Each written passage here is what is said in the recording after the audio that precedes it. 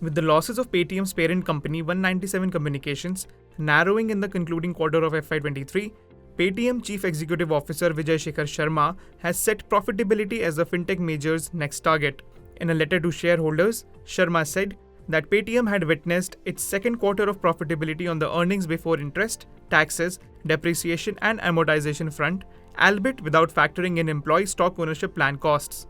And he added that Paytm's next milestone would be to become cash flow positive in the near future. So, what is driving this bullish sentiment? Well, in its quarter 4 FY23 results, Paytm managed to narrow its losses to 168 crore rupees, which translated into an almost 60% drop sequentially and almost 80% drop year on year. Revenues also surged over 50% year on year to over 2,300 crore rupees in quarter 4, largely driven by growth in payments and loan distribution business. Higher revenue from merchant subscriptions also contributed to the growth, as did the 40% year on year increase in its gross merchandise value, which stood at slightly over 3.6 trillion rupees in Q4. Overall, the lending business was the vertical that shined the most in terms of income. Against this backdrop, what does Paytm's future look like? In a research note issued after Paytm's Q4 FY23 results, Goldman Sachs highlighted that for the first time, Paytm had reported an improvement in expected credit losses in its buy now, pay later portfolio and a reduction in bounce rates across it and the personal loan portfolio.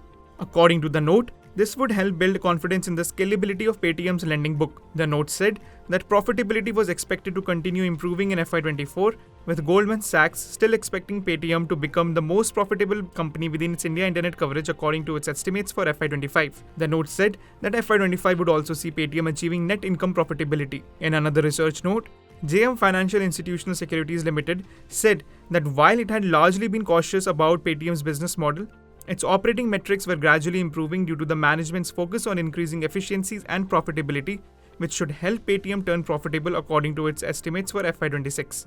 Coming back to Paytm's aim of becoming cash flow positive, let's start with what that actually means. According to the Harvard Business School, cash flow simply means the net balance of cash moving into and out of a company at a specific point in time. And positive cash flow simply means a business has more money moving into it than out of it. Note that it's possible for a business to be both profitable and have a negative cash flow. It's also possible for a company with positive cash flow to fail to make a profit, which is the case with many startups or businesses that are scaling up. Now that that's settled, how can Paytm achieve this goal? On one side, you have a fantastic ability to acquire the customers through your payment solutions. On the other side, you have got the commerce activity, in which I think the chances are you are earning relatively better amount of margins hereafter. And at the same time, I think the company is trying its best, I believe, I think in the area of generating cash positive, I think through the distribution of financial products, the loan products particularly. These three components put together, I would like to believe that I think that things could go positive for them eventually, if not in 1 or 2 quarters.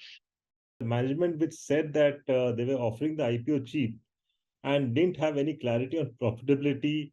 I mean, is today ensuring that there are clear timelines for getting cash positive. In fact, they have tied up with about 7 partners, and it is looking to add more partners to expand its financial product distribution. This, I think, could be the key for improved earnings. Secondly, the loan disbursement CAGR is expected to be about 60% plus, and the contribution from this should be about 30% of the revenue against 9% in FY22. So that growth will be decent. And thirdly, the co-branded credit card growth, I think that's been healthy. So I expect Paytm to be EBITDA positive by FY25. Meanwhile, competition has intensified in the segments where Paytm has been investing, with Jio Financial Services recently demerging itself from Reliance Industries Limited.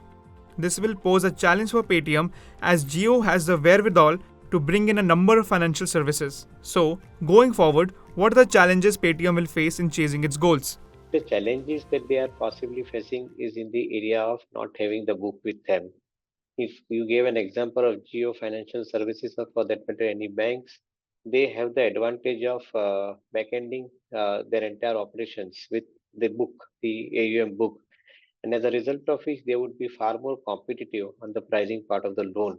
vis-a-vis what Paytm could offer. Though Paytm could bring more number of customers, but the pricing part of the loan could remain more competitive with the likes of banks and stronger NBFCs. The latest one clearly is from Reliance Jio. But then we all know that Paytm has been the leader. See, overall payment industry is expected to double to about $16 trillion by 2026. If you look at the mobile payments, they are expected to grow about 5x. And as far as Paytm is concerned, the increase in QR deployment will also boost merchant payments, which again is expected to grow about 6x by 2026. So, overall, there are a decent amount of tailwinds for Paytm. Unless they really make a big blunder, I don't think it can really go off track. Unless, of course, you have Reliance Jio getting a bit too aggressive. Experts say that Paytm has improved its management, thus becoming more efficient and productive. This is expected to move Paytm towards positive cash flow. However, Jio Financial Services could play the spoiler if it adopts a very aggressive strategy. If you like this video, share it and subscribe to Business Standard. For more news, views and insights, log on to www.business-standard.com. Do also follow us on YouTube, Twitter, Facebook, Instagram, Telegram and LinkedIn.